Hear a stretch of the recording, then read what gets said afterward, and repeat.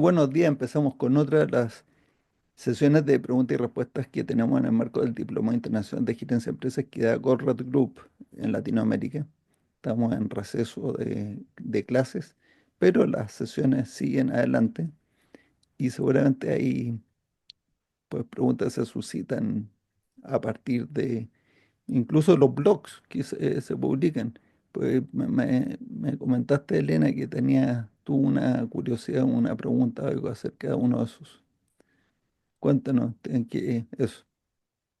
Sí, la verdad a mí me gusta mucho leer y también los blogs y todo lo que se me hace muy interesante, ¿no? Entonces, en una ocasión estaba leyendo un blog escrito por Javier respecto al encuentro en Chicago de Taishi Ono y Goldratt. Entonces me hizo muy interesante todo lo que venía ahí, pero me quedé con esa curiosidad de cómo ese encuentro de dos personas que de alguna u otra forma muchos hemos hablado de ellos, muchos seguimos sus filosofías, pero que a veces personas que ya estamos en estos, digamos que en este camino traemos ciertos conflictos entre que si Lean, en que si TPS, en que si teoría de Ujú. restricciones, o sea, un conflicto entre muchos conceptos, ¿no? Y yo me quedé pensando, cómo desde esa humildad y desde esa interacción se pudo dar una conversación tal vez tan rica en conceptos, tan rica en aplicaciones, en experiencia.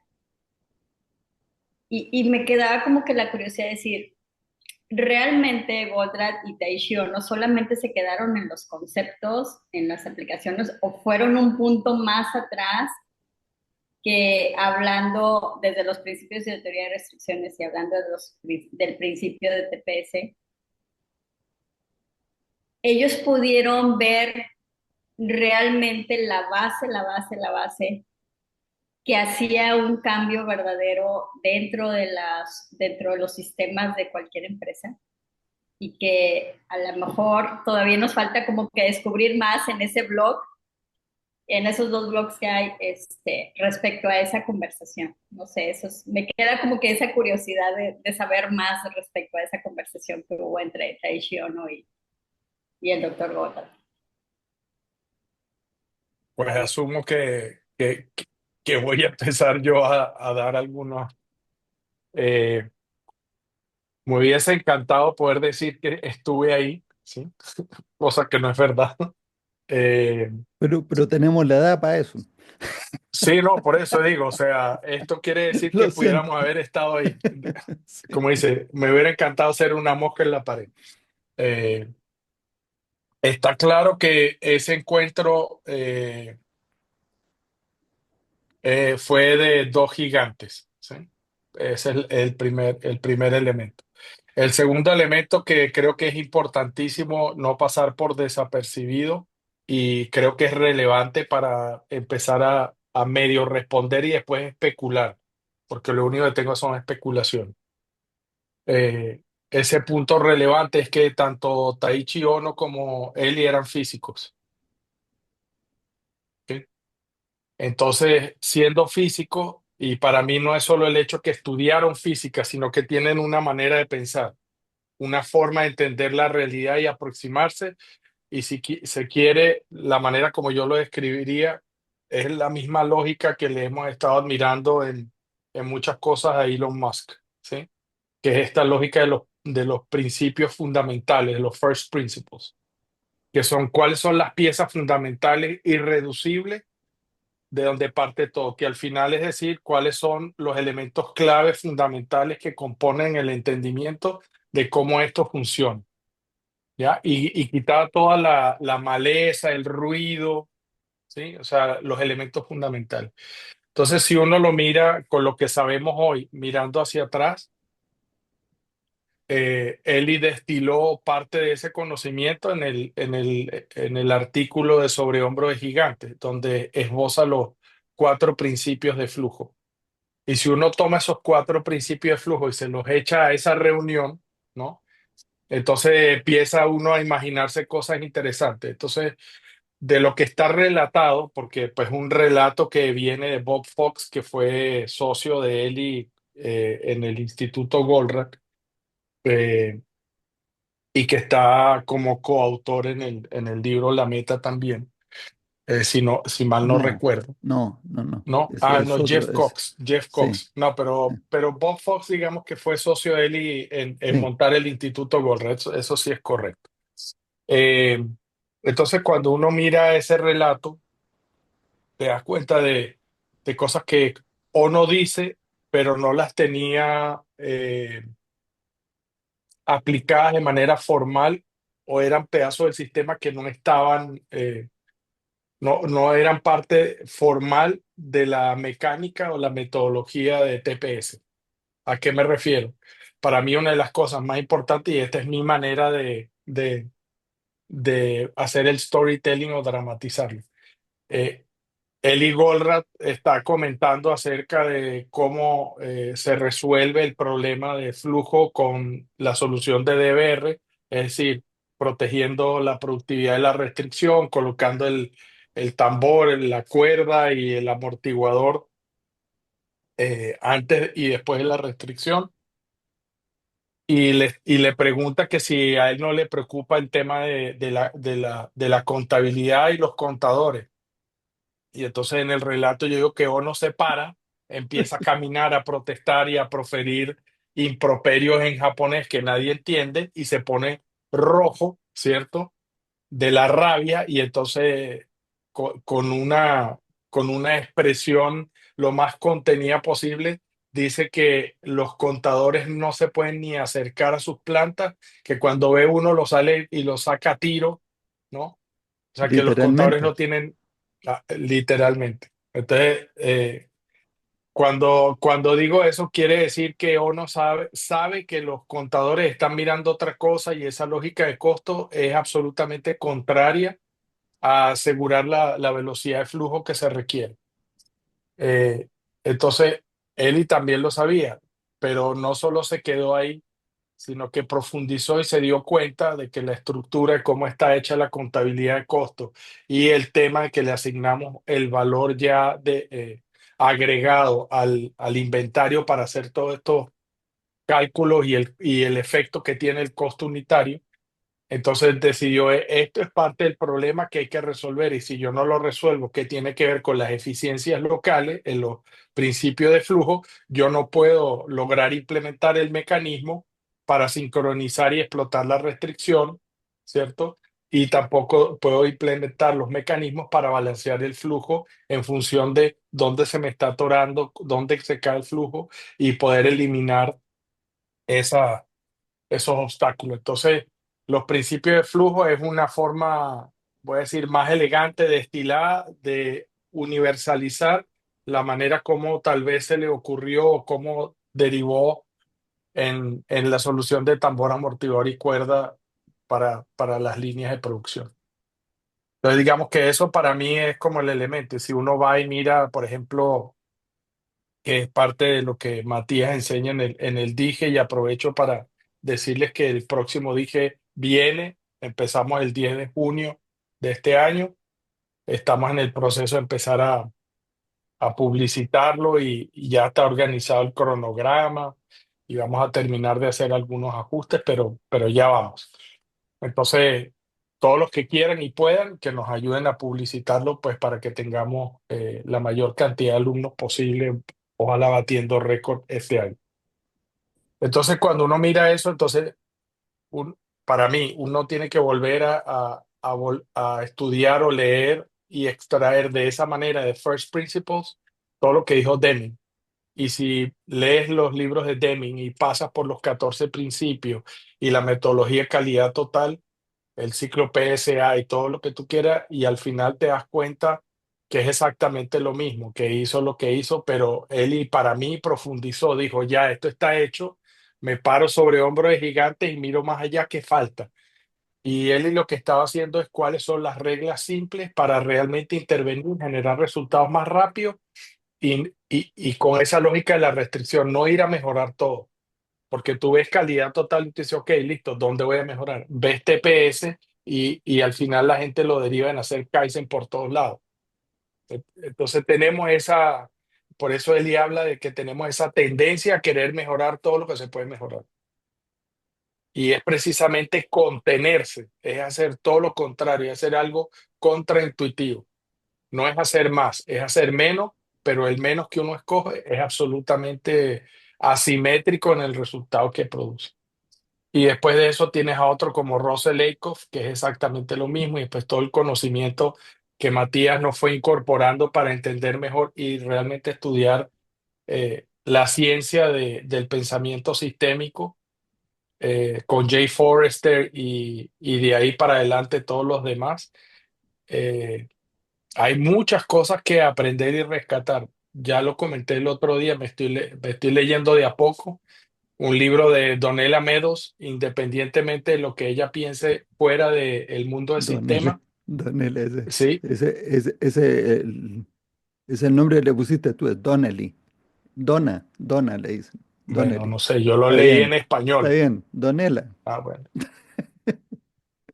Perdón. Pero si yo lo pronuncio Y va no, si avanzado lo en el pronuncio libro. en inglés como está escrito, es Donella, no Donnelly, pero bueno, no importa. Ah, sí. Eh, Ah, bueno, sí, sí, sí, eso es la otro gente se tema puede entonces. llamar como quiera. Exacto. Yo los llamo así. ¿Sí? Yo los llamo así. No, es que me Y dio por risa eso les que arruino los tú nombres a la siempre le estás mayoría. poniendo nombre pues, A todo el cariñoso. mundo, sí, Y, sí, y sí, va, y va eso es como, verdad. y va avanzado en el libro. Ya lo terminé. Ah, ok. Ya o sea, el libro. No, no, no, tú dices el libro de Donella. Mm. No, no lo he terminado, pero voy bien. Eh, y uno ve que independientemente de, voy a decir así, de la visión política que haya tenido, El Club cuando de uno Roma y ve demás, la sí. manera, ah, Club de Roma y derivados, sí, sí. sí, sí, Mm. todas esas cosas con las que uno está en desacuerdo, pero cuando uno ve y lee el pensamiento sistémico reflejado en los ejemplos que da, eh, está precisamente contrario a cómo se movió, digamos, política o socialmente.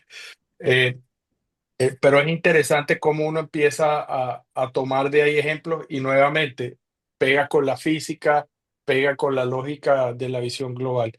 Y, y en este momento estoy leyendo todo lo que tiene que ver con la jerarquía de los sistemas, es decir, cómo los subsistemas están conectados, los subsistemas los puedes dividir en subsistemas, subsistemas, subsistemas, y uno va también para arriba al metasistema, y depende de la coordinación y la sincronización y la tendencia que tiene esa lógica jerárquica, de que pues obviamente cuando uno tiene esa jerarquía, en las organizaciones tiene silos porque no tiene lo que la naturaleza tiene, que te obliga a esas interconexiones e interdependencias. Digamos que hay unas leyes de funcionamiento de los sistemas vivos o de los sistemas naturales que esa interdependencia no la puedes cortar, mientras que organizacionalmente nosotros por costumbre, por comportamiento, pues por comodidad y por todo lo que satisface las necesidades de simplificarnos la vida, terminamos haciendo así, O ¿ya? más bien, o sea, tú puedes tomar acciones para cortar alguna de la interdependencia Sí, en los sistemas sí. naturales y lo que tú observas es que en muy poco tiempo alguna parte muere o incluso el organismo completo muere. Es exactamente, y esa es parte de lo que a veces nos falta entender en las organizaciones, que tenemos un campo para jugar, pero que esa superficie, ese plató, esa base, es como la base de la curva U de Eli, ¿no?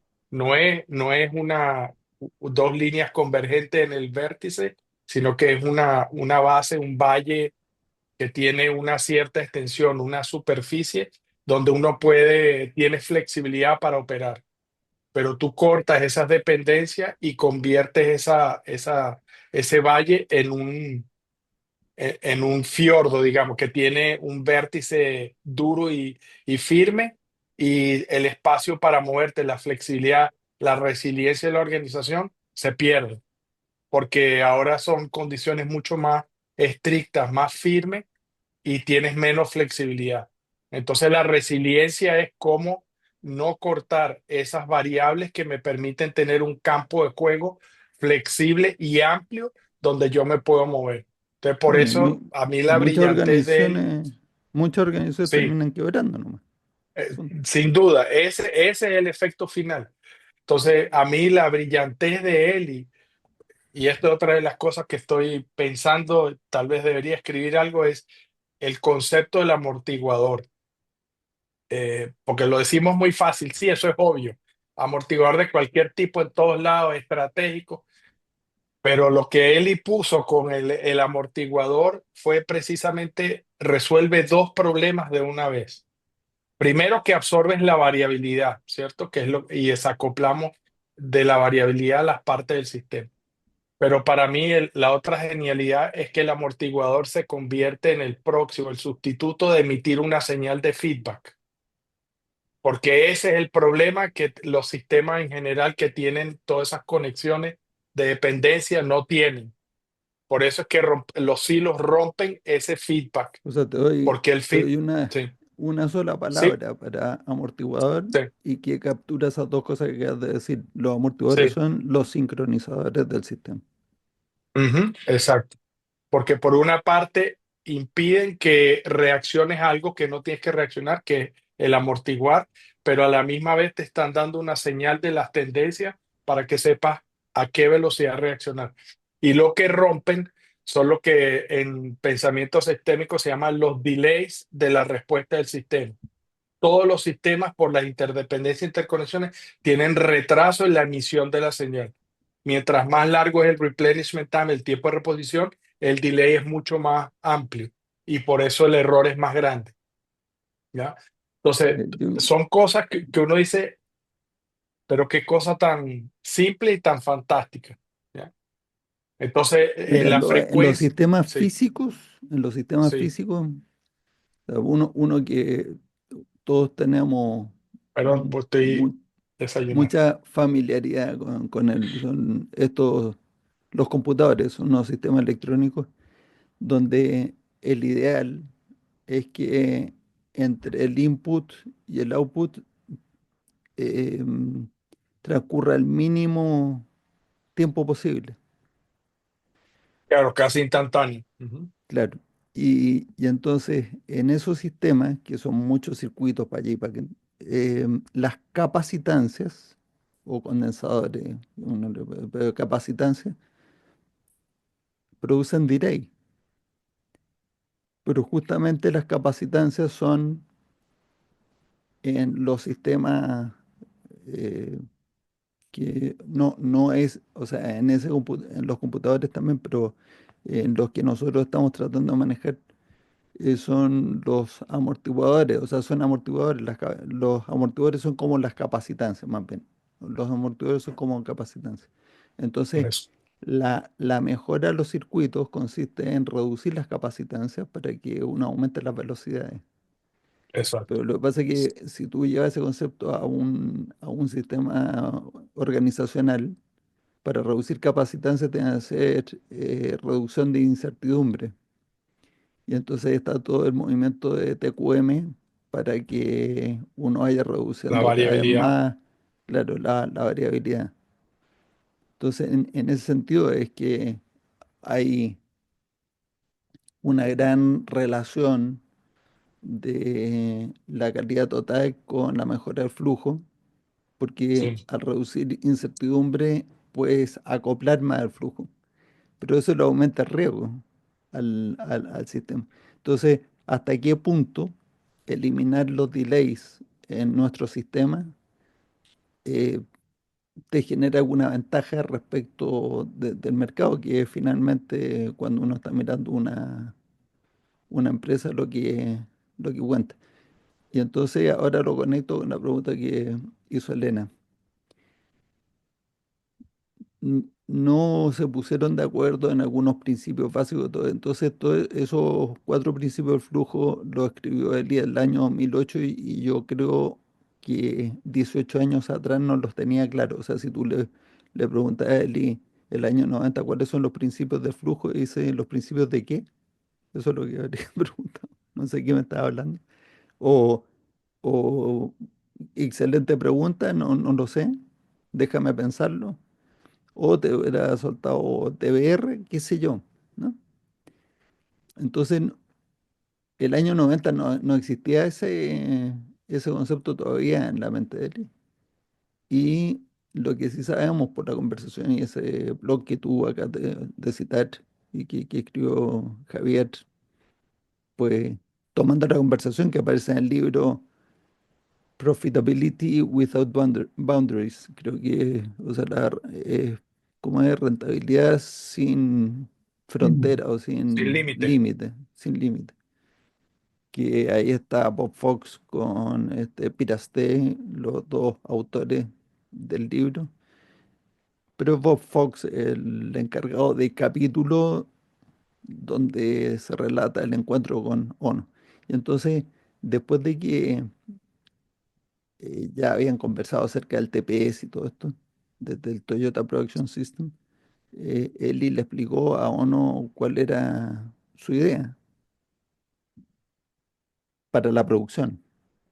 Eh, la cuerda, el ahogar la entrada, que el amortiguador gobernaba el whip y con eso el flujo y demás.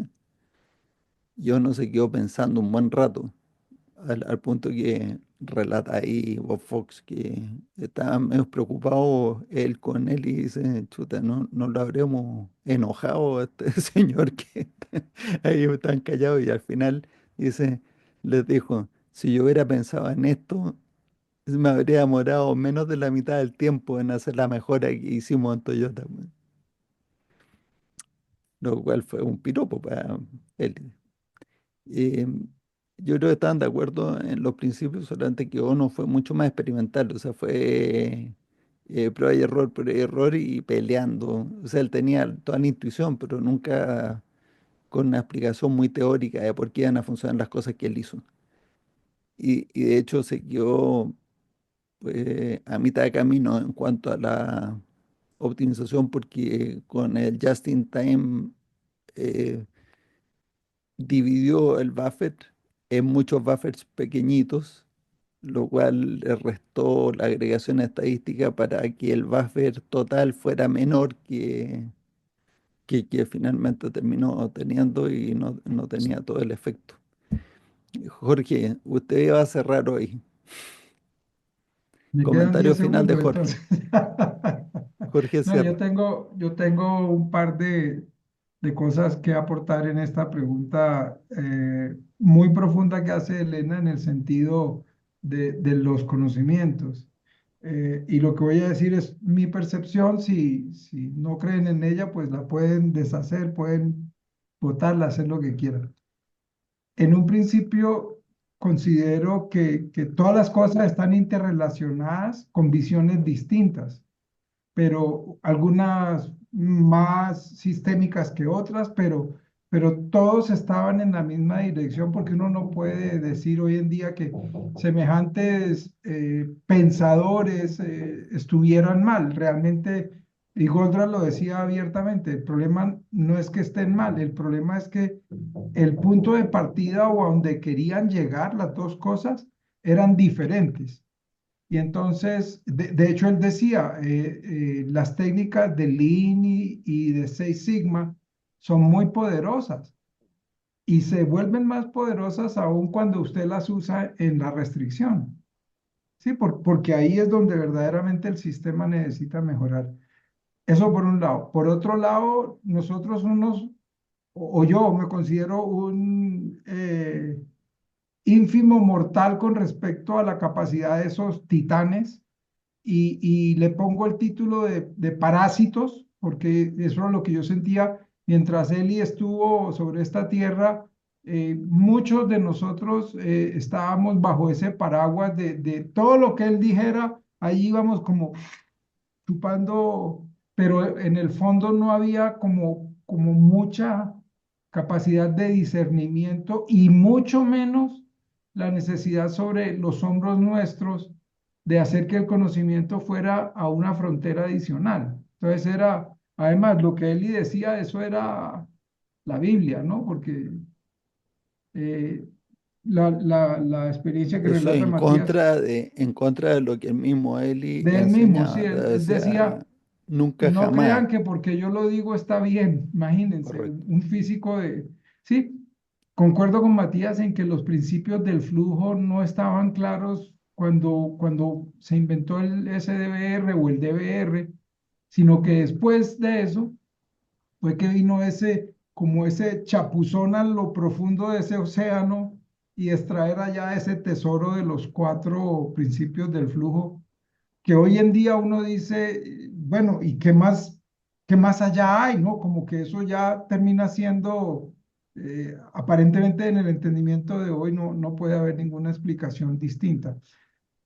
El tema de que los físicos sean los que hayan conducido en el mundo esos saltos cuánticos del entendimiento, para mí es una cosa natural porque, como decía Javier, esa es la forma de pensar de los científicos, ¿sí? De hecho, encontré una frase que la estaba buscando aquí porque la utilicé para otra cosa, de un físico francés que nació en 1870, imagínense, casi no sé cuántos años atrás, que se llama Jean-Baptiste Perrin y dice, el objetivo de la ciencia es sustituir una complejidad visible por una simplicidad invisible.